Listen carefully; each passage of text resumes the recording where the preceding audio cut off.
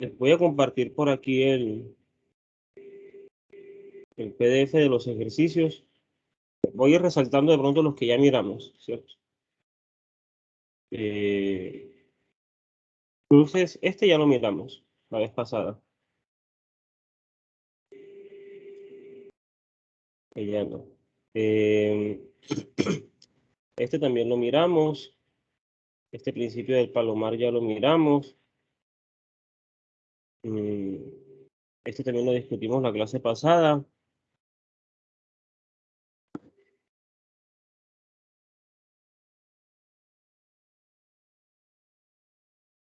Este también lo miramos ya. Este 11 también lo revisamos.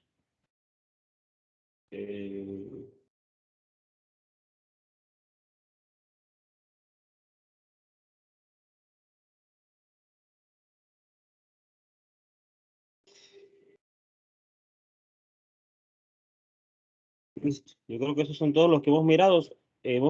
Me falta alguno.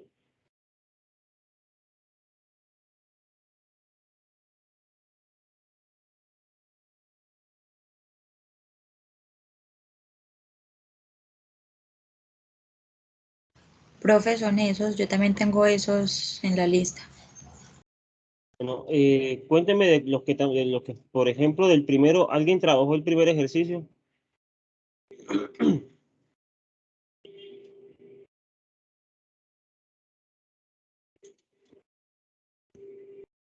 Yo voy a compartirles, bueno, ya les comparto esa pantalla, esa ventana, que es la de, la perdí. ¿Qué le pasó a esto?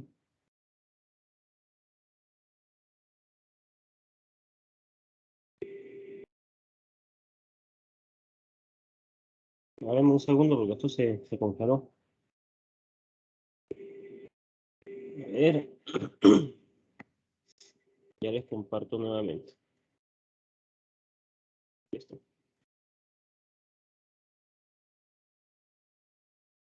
Bueno, el primer ejercicio me gustaría saber si alguien lo realizó para que lo hagamos ahora.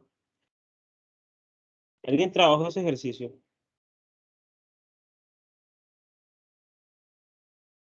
No, profe, pues yo no lo trabajé. ¿Alguien se lo hizo?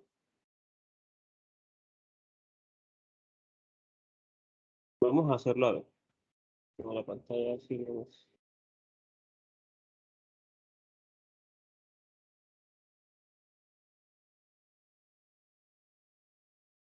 Ahí les aparece el tablerito en blanco. Sí, profe. Bueno, me interesa entonces que empecemos mirando el ejercicio 1. Pues ya parece que ninguno lo tiene hecho, pero entonces miremos a ver qué se nos ocurre para hacerlo. Todos tienen a la mano el enunciado, los enunciados de los ejercicios ahí. A ver si por lo menos ahorramos un poquito de tiempo en la escritura del enunciado. Si no lo tienen, igual yo lo puedo escribir, pero si lo tienen, me avisan para no tener que escribirlo nuevamente. ¿Todos lo tienen o alguien no lo tiene a la mano?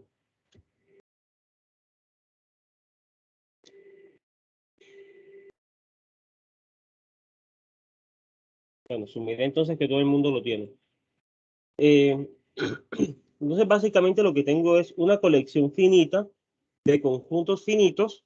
Y quiero probar que su producto cartesiano es finito. Entonces ya sabemos que el producto cartesiano,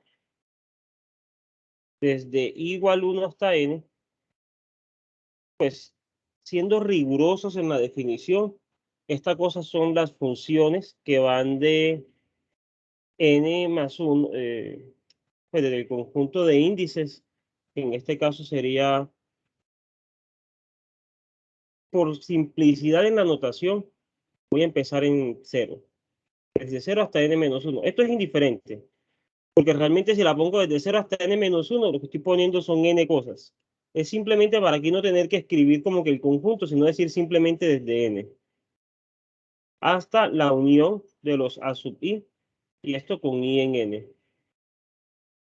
Y esto tal es que para todo I en N, A de I pertenece a la clase A sub I, bueno, el conjunto A sub I en este caso. Habíamos dicho que como yo puedo identificar A sub I, o sea, la pareja I, A sub I, yo la puedo identificar con un numerito que se llame AI. Entonces, estas funciones básicamente se identifican con la tupla A1 A sub N. Bueno, para hacer honor a la notación, entonces voy a ponerla así. A0 A sub N menos 1. Y esto pues simplemente pidiendo el requerimiento de que para todo I en N, A sub I pertenece a A sub I. Y listo. Entonces, lo que estoy haciendo aquí básicamente es identificar a la pareja I, A de I con A sub I. Entonces, toda la función A, que es el conjunto de todas estas parejas, se puede ver como esta n tupla.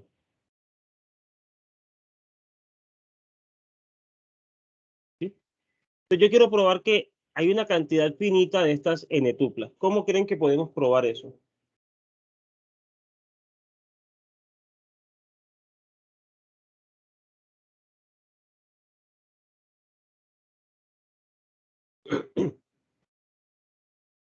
Bueno, todavía no piensen en cómo lo puedo probar. Piensen en la siguiente pregunta. Yo quiero probar que un conjunto es finito. ¿De qué maneras puedo aproximarme a ese problema? ¿Cómo puedo probar que un conjunto es finito? ¿Qué herramientas o qué estrategias puedo utilizar? Dado cualquier conjunto, ¿de qué cosas me podría valer para probar que es finito?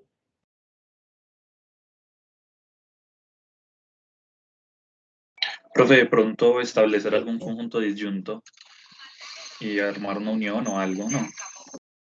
Bueno, entonces eso es básicamente expresarlo como la unión de conjuntos finitos. La unión finita de conjuntos finitos. Esa es la idea, ¿cierto? Sí, profe. Listo. Ahí hay una opción. ¿Qué otra hay? Profe, ver que está contenido en un conjunto finito también. Ver que está contenido en un conjunto finito. Entonces, esas dos cosas son las que vamos a utilizar acá. Lo que dijo Juan Pablo y lo que dijo Manuela. Vamos a utilizar las dos cosas. Entonces, lo que voy a hacer es construir un conjunto finito y voy a probar que este está contenido en ese conjunto finito. Pero ese conjunto finito que voy a construir es una unión de cosas, ¿de acuerdo? Ahora fíjate en lo siguiente.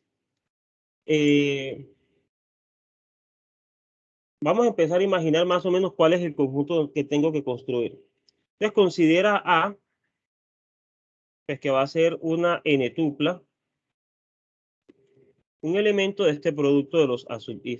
Voy a escribirlo así en adelante como para economizar. Ah, bueno, me faltó la sub I aquí, para economizar un poco la notación. Listo. Consideremos A aquí. En particular, A se puede ver como una función que va de n en A, donde A es la unión de los A sub I con I en N. Y este conjunto es finito. ¿Por qué es finito ese conjunto? ¿Por qué la unión de los A sub I es finito? Porque cada sub-i es finito, ¿no? Exacto, porque es la unión finita de conjuntos finitos. Ojo, porque eso también es importante. Si yo uno finitas cosas finitas, me da finito. Entonces, esto es finito. Entonces, en particular, lo que tengo es que A es un elemento del conjunto de funciones de eh, n en A. ¿Sí estamos de acuerdo? Sí, profe. Entonces, ¿por qué? Porque es que A es una función de n en esta unión. En particular, ¿qué es lo que acabo de probar? Que el producto desde igual 0 hasta n-1 de A sub i está contenido en A a la n. ¿Este conjunto es finito o no es finito?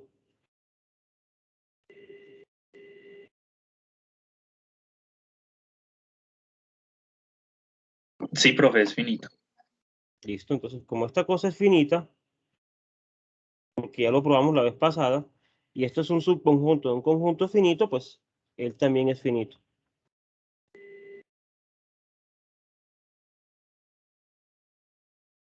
Entonces, miren, aquí estuvo el argumento de Manuela. Encontré que era un subconjunto de algo finito y por lo tanto me dio que él es como tal un conjunto finito. Y el argumento de Juan Pablo estuvo acá. ¿De acuerdo? Entonces, miren, por lo general cuando uno va a hacer, aquí no está la prueba, que está un bosquejo de qué debo hacer. O sea, falta redactar esa demostración. Aquí lo que estábamos haciendo era una idea de cómo construirla. Ojo. ¿Por qué digo eso? Porque a veces en los parciales hacen exactamente esto. Y esto es, bueno, yo estoy armando más o menos para ver cómo va a ser mi prueba. Pero ya luego de que uno tiene la idea clara de qué es lo que tiene que hacer, viene el paso de la escritura. Vamos a escribir esa demostración. Entonces ya voy a pasar a hacer la redacción, voy a borrar esto, ya sabemos qué es lo que voy a hacer. Voy a probar que está contenido en este conjunto, que esta cosa es finita y pues por lo tanto él va a ser finito. Entonces, una cosa importante para hacer este tipo de demostraciones es esa. Bueno, yo quiero probar que esto es finito, ¿de qué herramientas me puedo valer? Tengan eso también en cuenta ahí. Vayan pensando, bueno, antes de empezar a probarlo, bueno, yo puedo meterme por aquí, puedo meterme por acá. ¿De qué herramientas dispongo para hacer eso? Bien, entonces, sea A un elemento del producto cartesiano desde igual 0 hasta n-1 de los A sub i. Entonces, A es una función que va de n en la unión desde igual 0 hasta n-1 de los A sub i. Es una función tal que para todo i que yo tome en n, A de i pertenece a A sub i. En particular, la unión desde igual 0 hasta n-1 de los A sub i es finita. ¿Por qué es finita? Porque es la unión de n cosas finitas. Así, el conjunto A a la n, donde A es justamente esta unión, es finito. Además, A pertenece a ese conjunto. ¿Y así que me queda? Pues me queda que el producto cartesiano desde igual 0 hasta n-1 de A sub i está contenido en funciones de n en A, de donde ese producto cartesiano es finito. Listo. Ahí estaría la demostración.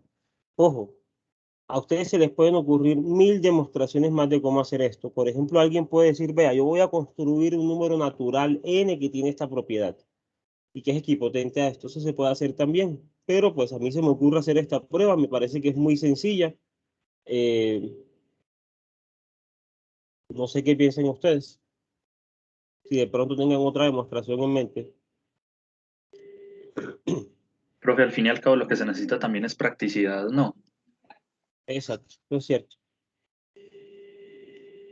Claro que no nos podemos olvidar de que hay, pues no sé, la belleza en las demostraciones también hay que buscarla, ¿no? Cuando digo la belleza es que el método como tal que uno está utilizando, como que le deje una prueba bonita, que no sea simplemente, bueno, lo probé a las patadas, por decirlo de alguna manera, y ya. ¿Sí? Sino que tratar de que la prueba sea lo mejor. O sea, esta prueba es una prueba sencilla, pues bonita en ese sentido. Pero obviamente sería muy bonito decir, mire, es que yo puedo construir una función que va de aquí a acá, que hace tal cosa. Yo no sé qué tan fácil pues vaya a ser encontrar la función. Yo supondría que es mirar a qué número es equipotente cada uno de estos, hacer el producto como tal de eso y probar que ese número es equipotente con esto. ¿Qué tan fácil va a ser construir la función ahí? No sé. ¿Sí? Pues también será una construcción bonita, pero obviamente no va a ser la más práctica. Eso sí es muy cierto. Pues sí, tampoco es mentira que, por ejemplo, cuando se trata de evaluaciones, uno también busca ser práctico. Uno no quiere quedarse pues 2 horas haciendo la prueba para encontrar una prueba bonita. Pero sí es bueno que ya esta prueba se hizo en clase. De pronto ustedes, si tienen tiempo, digamos, bueno, vamos a ver de qué otra manera lo puedo probar. Bien, vamos a los ejercicios nuevamente. Entonces, con esto ya tendríamos hecho el ejercicio 1. También tenemos hecho el ejercicio 2. Hicimos el ejercicio 4, es que se me borró ahora los que había resaltado. El 6 también está hecho. El 9 también. Bueno, quiero hacer el ejercicio 3. ¿Alguien desarrolló este ejercicio?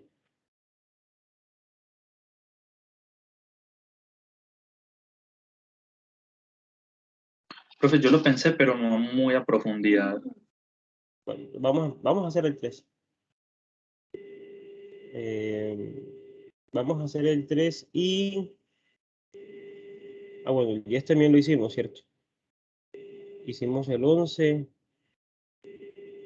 Vamos a hacer el 3 y también quiero hacer el 13. Voy a empezar por el 13, que tiene el enunciado como más cortico. Y ya luego miramos el 3, que tiene el enunciado más largo. Entonces, ¿alguien pensó en el 13?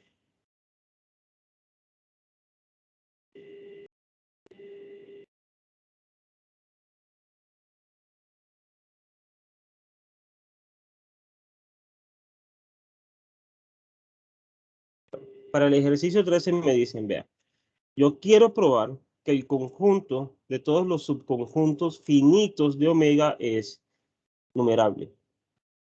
Estoy considerando omega igual a todos los x contenidos en omega, tal que x es equipotente con algún n en omega. Entonces vamos a ver que esta cosa es numerable.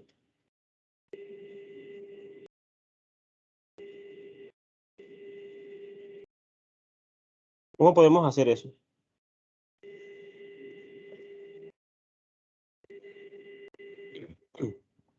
¿Qué se les ocurre?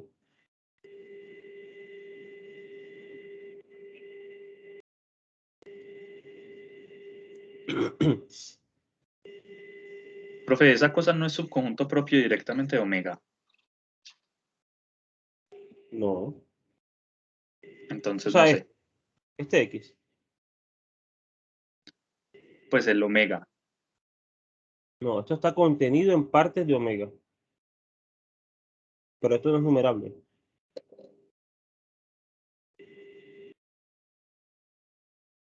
Entonces, no se me ocurre nada, profe.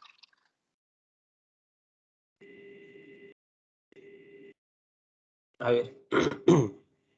A mí se me ocurre algo, pero creo que será una prueba larga. Otra opción sería tratar de utilizar inducción.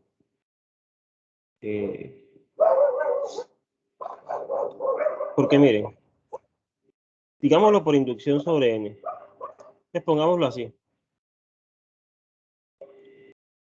Voy a hacerlo así. Ya sabemos que quiero probar eso, ¿cierto? Entonces vamos a pensarlo de la siguiente manera. Para n en omega, pues en omega los números naturales, vamos a considerar omega sub n como el conjunto de aquellos subconjuntos de omega que tienen tamaño n. Esto básicamente los subconjuntos de omega con tamaño n, ¿cierto? Entonces, veamos a ver si podemos probar por inducción sobre n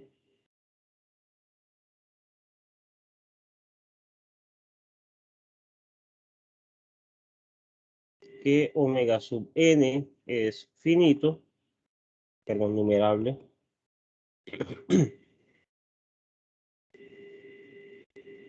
para todo n en omega. Entonces, si n es igual a 0, entonces omega sub 0 es simplemente el singulete de vacío. Es porque es el único subconjunto de tamaño 0. Esta cosa es finito. Y listo. No hay nada que probar. Y no hay nada que probar porque, bueno, yo no mencioné eso. Vamos a hablar en adelante de que, o sea, en adelante voy a utilizar la palabra numerable para decir equipotente con omega.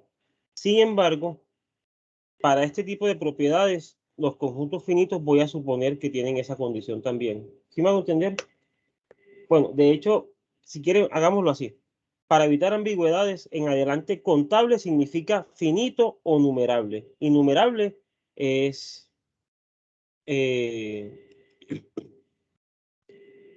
¿Cómo lo decimos? Que es equipotente con omega, ¿sí? Simplemente. Entonces vamos a decir contable, ¿sí? Para decir que es finito o numerable. Entonces esto es finito, por lo tanto va a ser contable. Ahora, supongamos que omega sub n es equipotente con omega con n en omega. Y veamos qué pasa con omega sub n más 1. Entonces, yo tengo que omega sub n más 1 está formado por aquellos subconjuntos de omega que son equipotentes con n más 1. Ahora, ¿qué hacemos acá?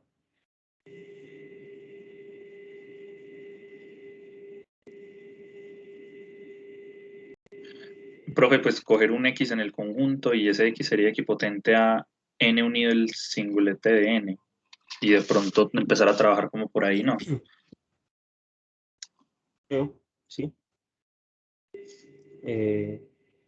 Sea X que pertenece a omega sub n más 1. Entonces,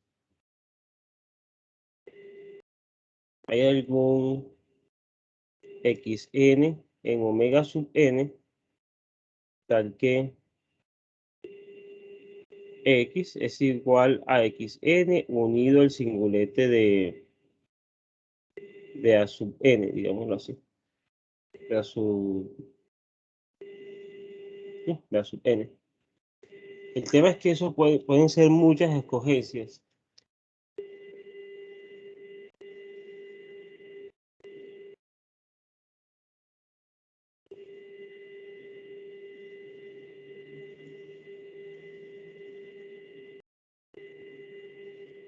Vamos a esperar, déjenme pensar un momentico, a ver. Vayan pensando ustedes cómo podemos hacer.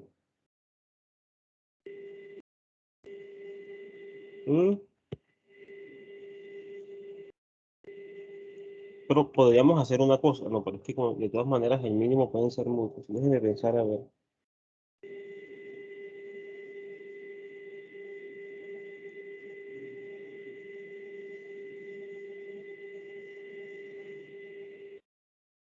No se me ocurre nada.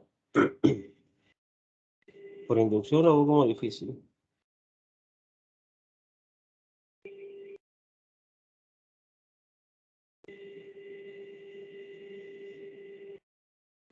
Profe, todos los conjuntos Lo finitos único que al se me ocurre es final, la diagonal. Sí, dime. profe, todos los conjuntos finitos de ese omega al fin y al cabo no son números naturales, entonces yo también los No, puedo, pues son no, equipotentes porque a un número sería por natural. supuesto. Eso es cierto. Entonces yo los puedo como, digámoslo así, ordenar y como agrupar cada uno en el número que le corresponda, ¿cierto? Yo lo estoy pensando hacer O con no una sé. diagonal.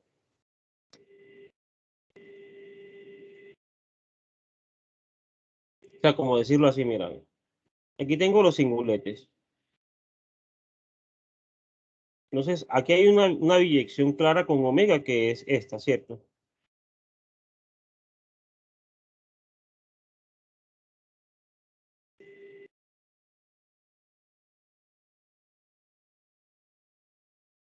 Y aquí tengo omega sub 1. ¿Sí me hago entender? O sea, si tienes el singulete de n, pues lo asocio con n. Y esto me daría que omega sub 1 es numerable.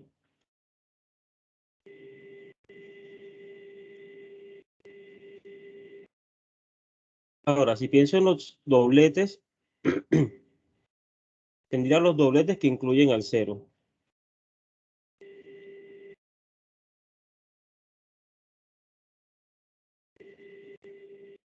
Tendría los dobletes que incluyen al 1.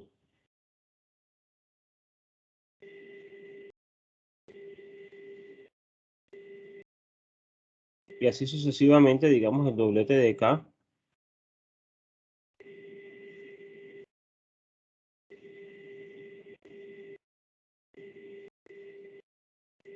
Y los anteriores no los pongo porque fíjense que los anteriores ya deberían aparecer en la lista de adelante. Entonces, como aquí todos tienen al 0, yo podría mandar a este para el 1, a este para el 2, a este para el 3, y en general tomar el doblete de 0 y K y mandarlo para acá. Y esto me daría que cada una de estas cosas es equipotente a omega, luego omega sub 2, que es la unión de todas estas cosas, la unión numerable de cosas numerables va a ser numerable, y tendría que omega sub 2 es numerable. Profe, pero usted está tomando solo el doblete 0, K. ¿Y qué pasa con el doblete, digamos, O sea, acá hago el K, mismo K? razonamiento. Como el 1 está en todos, omito el 1. Estoy tomando para el 2, que para el Ah, 3. ok.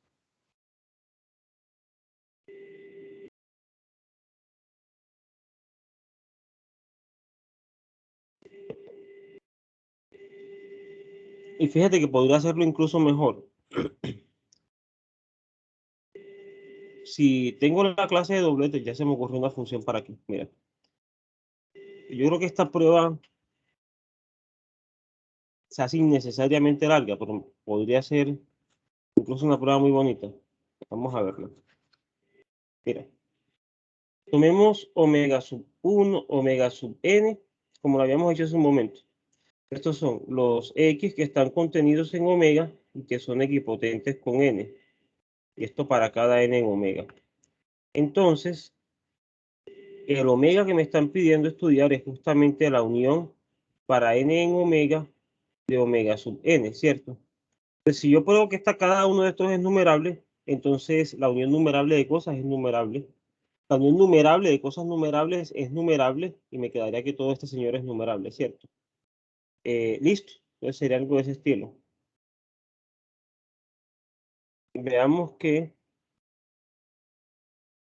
cada omega sub n es numerable. Listo. Entonces, si n es igual a 0, no hay nada que probar. Pues es contable.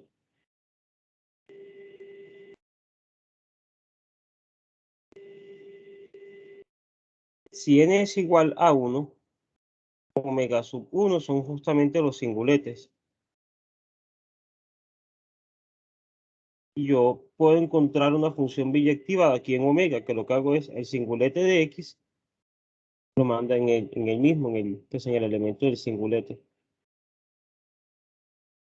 Así que omega sub 1 es numerable ya.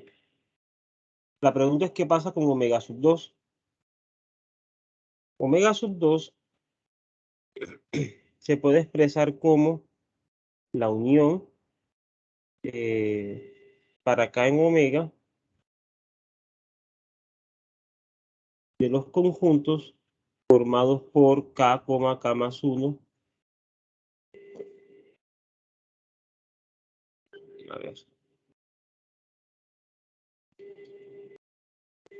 ¿Cómo podemos escribir todas esas cosas? K, K más 1. Sí, así. Como la unión para acá en omega de los conjuntos formados por los dobletes de K y K más 1.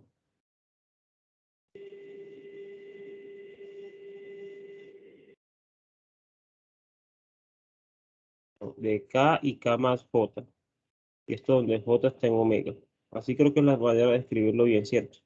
Esto es para decir los dobletes que tengan al 0, los dobletes que tengan al 1 y así sucesivamente. Y fíjate que para este yo puedo pensar en la función que me lo manda en la diferencia, o sea, en el doblete de K y K más J para cada uno de estos, de hecho.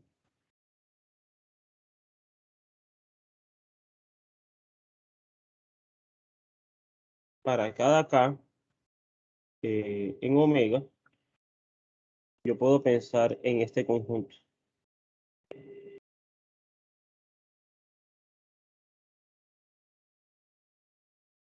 Y lo que voy a hacer es definir la siguiente función. Aquí lo que tengo es un doblete, entonces doblete de K y K más J. Lo voy a mandar en... Si aquí tengo K, acá lo voy a mandar en K, K más J. Y si aquí tengo K, K más J, En J, profe, no.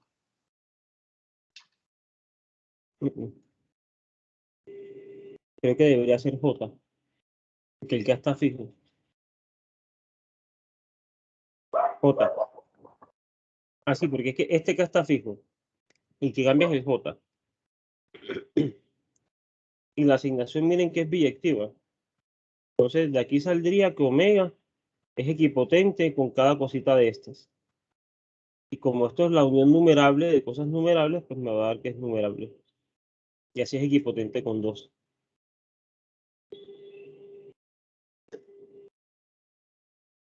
Yo creo que con un argumento similar se prueba lo demás.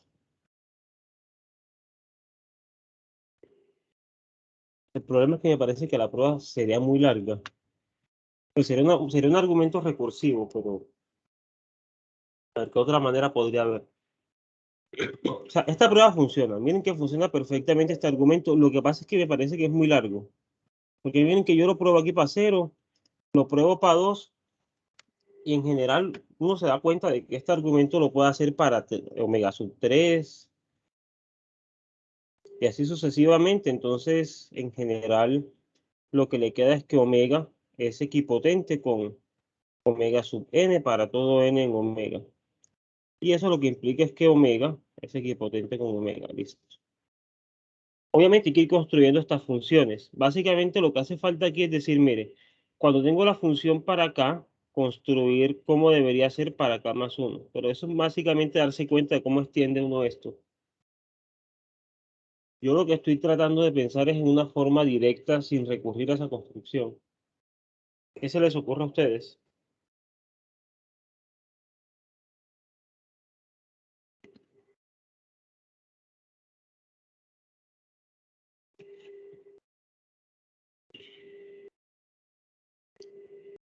Profe, yo quiero intentarla para omega sub 3. ¿Cómo se asignaría ahí la función? Porque entonces sería como digamos K más J y después ¿qué? Porque ya seguirían los dobletes, las tripletas. 0, 1, 3.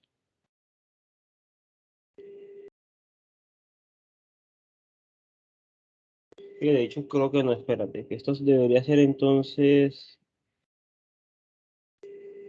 porque creo que ya se me ocurrió,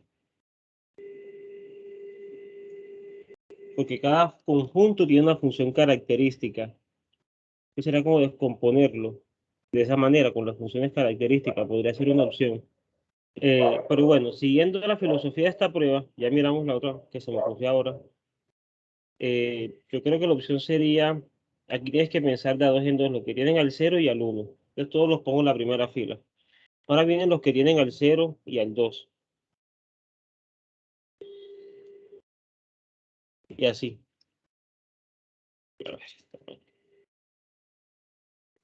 O sea, sería fijar esos dos y luego la tercera componente hacerla como una suma de algo. Como estas dos están fijas, como las dos primeras componentes están fijas, tú puedes trabajar con esta para construir la función. Entonces tendrías que hacer la prueba en este paso, en esta línea. Luego tendrías que hacerla en esta línea porque están estas dos fijas. Y mira que toca armar un montón de cosas. Yo creo que esa prueba es muy poco práctica. Pero sí me van a entender de cómo sería más o menos. Porque fíjate, en el paso K tienes fijas K menos 1 y tienes variando la Késima. Entonces, en el paso K más 1 vas a fijar las primeras K y vas a poner a variar la K más 1. Y tratar de construir la función en eso, pero me parece que es una prueba que se va a alargar demasiado. Yo estoy tratando de pensar en otra cosa. Y se me ocurre lo de la función característica.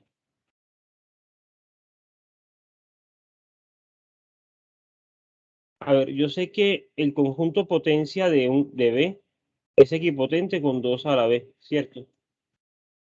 Y esto era básicamente porque yo cogía la función característica. Pero es que no. No, porque ahí no me va a servir. No, pues ahora mismo lo único que se me ocurre es hacer esto.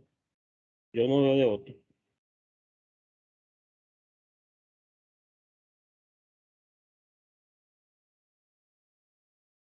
¿O qué se les ocurre a ustedes?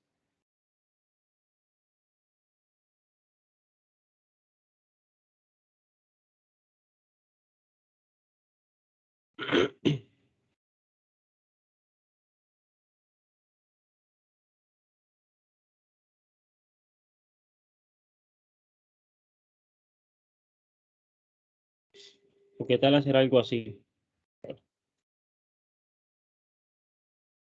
Bueno, la primera opción es esta, terminar esta prueba. Y ahí tenemos una manera de probarlo, aunque es una manera muy agresiva de hacerlo, ¿no? Pues, tiene que haber una manera más sencilla. Bueno, no sé. Se me ocurre algo. Sea n que pertenece a omega sub n. Entonces, no, n no, que ya se confunden las notaciones. Sean a y b en omega sub n. Entonces yo puedo pensar en la función inclusión de a en omega componer. Sí, aquí está la manera de probarlo, ya se me ocurrió. Sin necesidad de construir las funciones, miren. Hagámoslo así, a ver. Sea A un subconjunto de omega con tamaño... Bueno, hagámoslo así. Escribirla toda desde el principio. Sea A un elemento de omega. Luego, A es un subconjunto de omega y existe n en omega, tal que hay una función biyectiva, digamos f sub na, voy a ponerlo así como para hacerlo explícito, que va de n en a. Voy a ponerla de esta manera. No. Voy a ponerla de a en n. Biyectiva. Igual no importa la dirección, pero es que yo creo que así me va a quedar mejor. Entonces, sea I sub n la inclusión que va de n en omega.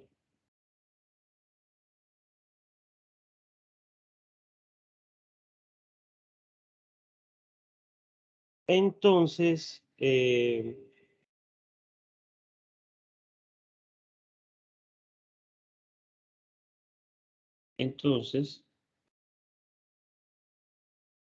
f sub n a compuesto I sub n es una función que va de a en omega.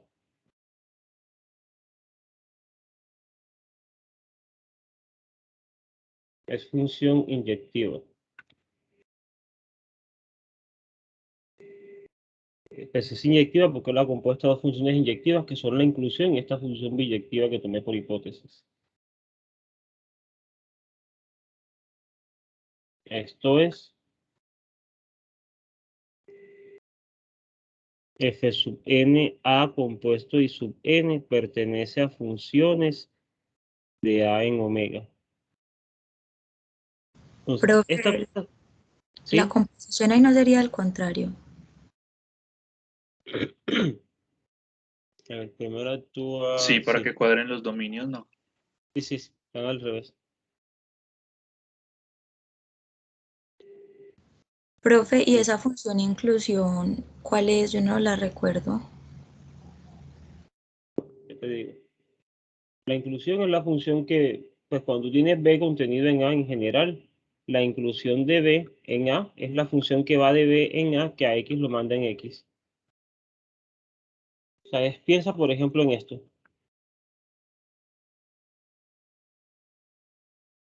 Digamos que esto es b y esto es a. Entonces mira que b son 5 punticos y este tiene más puntos que b. Y lo que vas a hacer es llenar, mandar a todo para el mismo acá.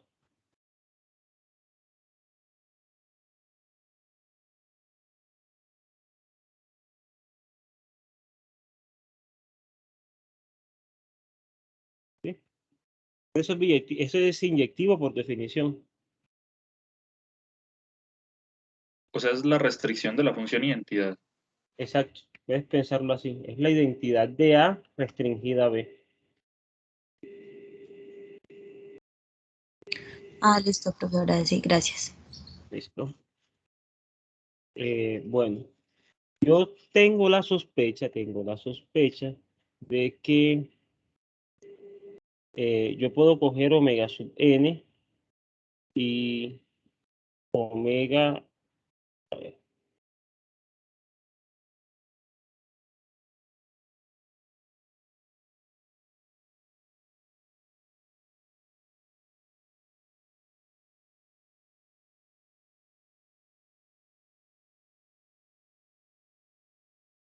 y yo lo que quiero llegar es a que esto está en algún conjunto y pegar la unión de cosas numerables, porque esto es numerable. Esto es numerable porque esto es equipotente con omega a la n. Eso me va a dar numerable. Ya voy a decirlo aquí directamente. Esto es numerable por el hecho de que esto es finito.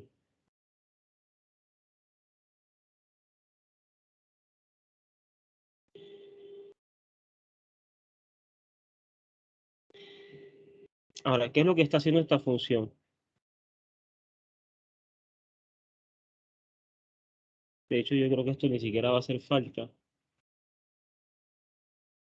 No, ya lo resolví. No, miren.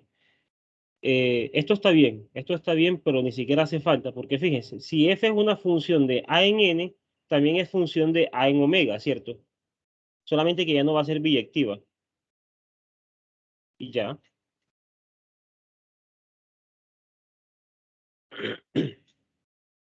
Mentiras que no, a ver, es biyectiva. Así, f número de a en omega es función. Y esto básicamente lo que me está diciendo es que omega está contenido en la unión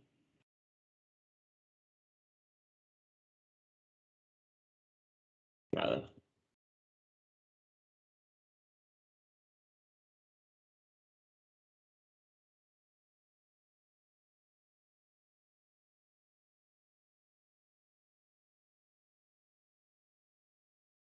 A ver, esto es una función. Así, o sea, podría definir una función que va de omega en omega a la unión. Esto es una cosa muy extraña.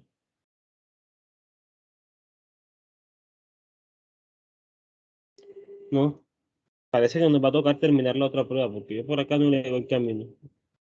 Profe, y si toma esa función y luego prueba que una función de omega en A es inyectiva para probar la equipotencia, porque ya tendré una función que va de A en omega y otra que va de omega en A.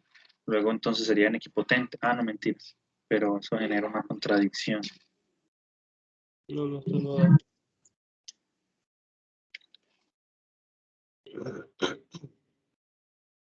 Que esta función, así como esta es inyectiva, lo que me dice es que hay una sobreyectiva en la otra. No, pues no perdamos más tiempo en esto. Ya por lo menos tenemos una manera de hacerlo. Yo voy a seguir pensando a ver si hay una manera más sencilla de probarlo y si se me ocurre, pues les cuento otra prueba. Por ahora les dejo que llenen los detalles de esta.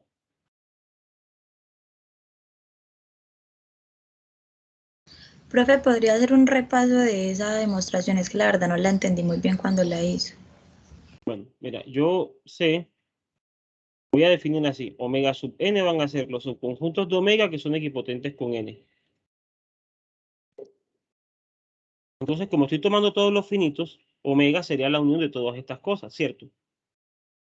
Ahora, si yo pruebo que cada uno de estos es numerable, entonces omega sería la unión de innumerables cosas numerables, por lo cual va a ser numerable. Entonces, lo que quisiera es probarlo por inducción. Solamente que no se me ocurre claro cuál debe ser como que la función para el K más 1. Pero si tú tomas el K preciso, mira que más o menos uno sabe cómo construirlo. Entonces se va viendo claro más o menos ahí. Si lo tomo como 0, pues no hay nada que probar, porque omega sub 0 solamente tiene el vacío. Si lo tomo como 1, omega sub 1 son los singuletes. Y la colección de todos los singuletes es numerable, porque fíjate que si yo tengo el singulete de n, lo puedo mandar en n.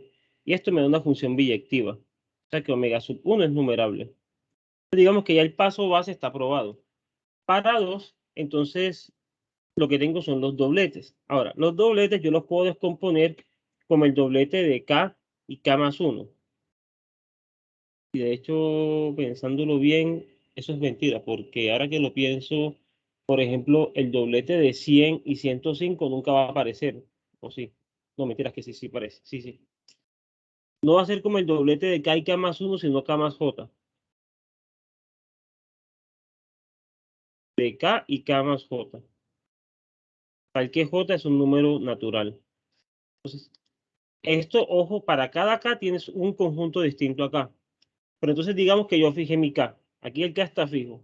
Entonces tengo esta cosa. Tengo todos los dobletes de la forma K, K más J, donde J es el que está variando. Entonces lo que voy a hacer es que al doblete de K y K más J lo voy a mandar a J. ¿Sí? Esa es la asignación que voy a hacer. Esa asignación va a ser una función biyectiva. Entonces, cada uno de estos te va a dar numerable. Como esto es la unión numerable de cosas numerables, por uno de los teoremas que vimos la clase antepasada, eso sería numerable. Recuerda, la unión numerable de cosas numerables es numerable. Entonces, omega sub 2 sería numerable. La idea es probar que si yo tengo que omega sub k es numerable, omega sub k más 1 es numerable. Ahí es donde está como que el paso importante. Suponga que omega sub k es numerable y pruebe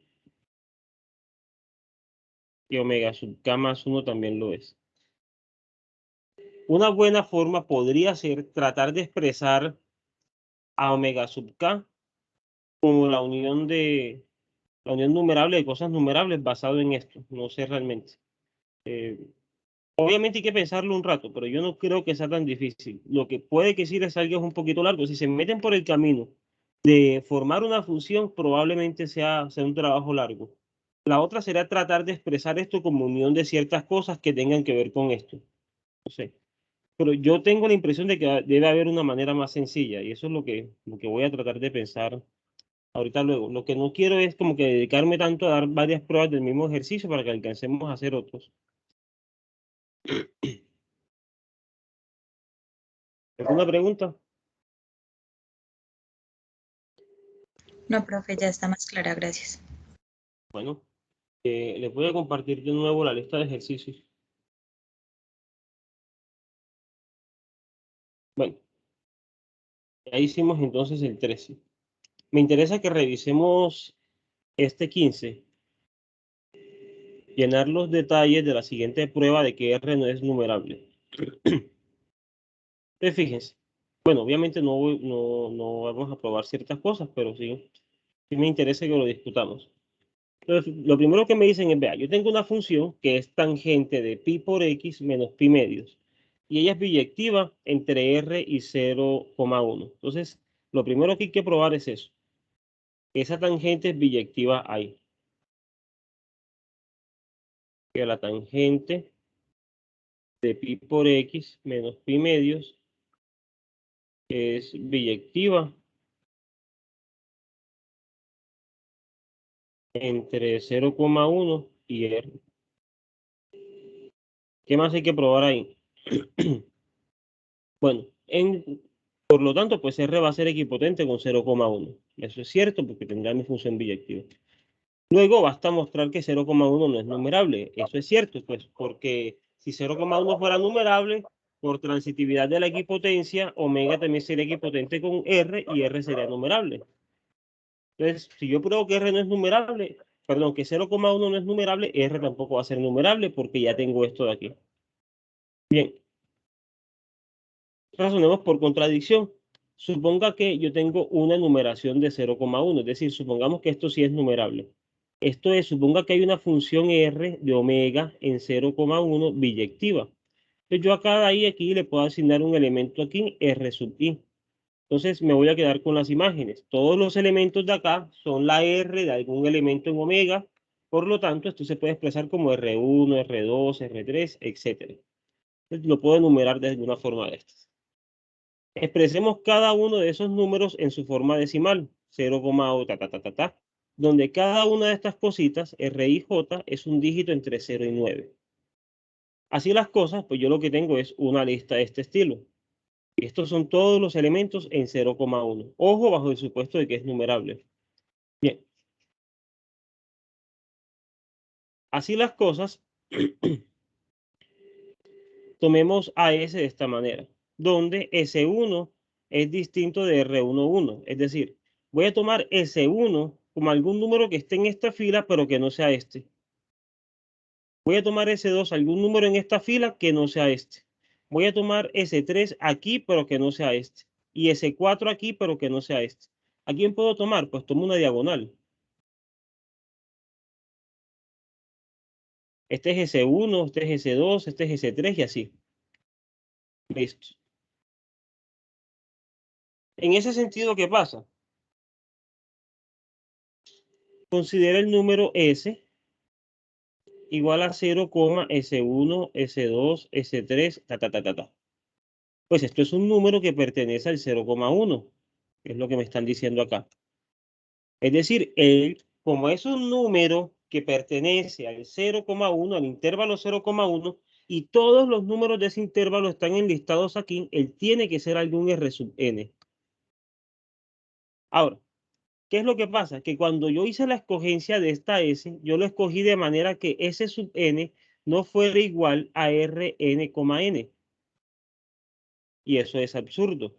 ¿Por qué es absurdo? Porque el enésimo término de R sub n tiene que tener las dos componentes, los dos índices iguales.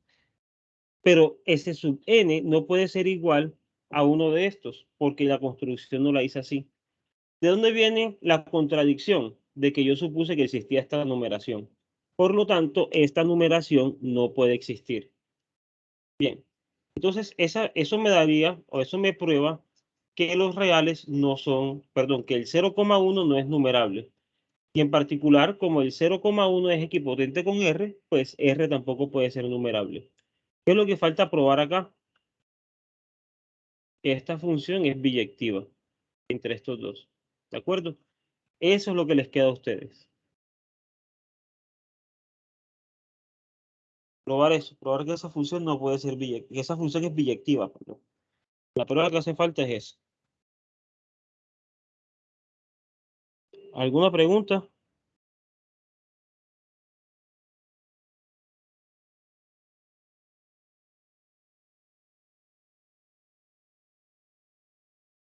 Muy bien. Ahora tenemos otra prueba para llenar sus detalles, que también es un ejercicio que me interesa que vayan revisando. Vamos a probar que Q es numerable.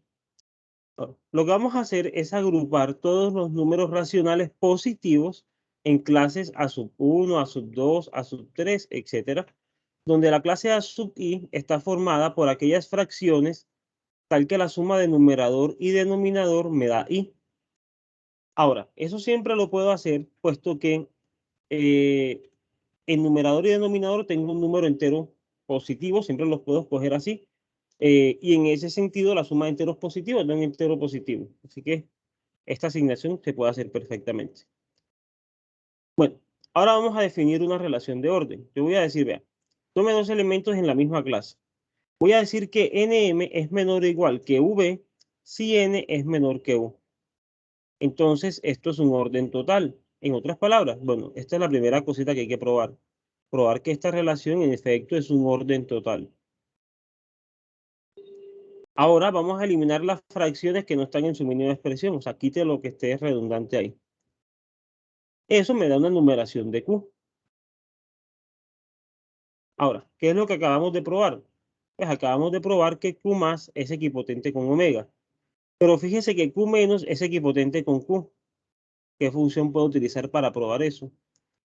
Y así, pues Q es la unión de Q menos, Q más y el singulete de cero. O sea, un conjunto numerable y un punto. Así que la unión me da numerable, es decir, Q es numerable. Entonces, ¿qué es lo que hace falta probar acá esencialmente? Que esto es un orden total, que esto es cierto, y cuál es la enumeración de Q que obtuvimos ahí. Eso es esencialmente lo que hace falta probar en este ejercicio. ¿Alguna pregunta? Bueno, entonces, para ahora me interesa que desarrollemos estos 3 ejercicios de acá con más detalle. El 17, el 18 y el 19. Voy a guardar una captura de esto para pegárselos en el tablero.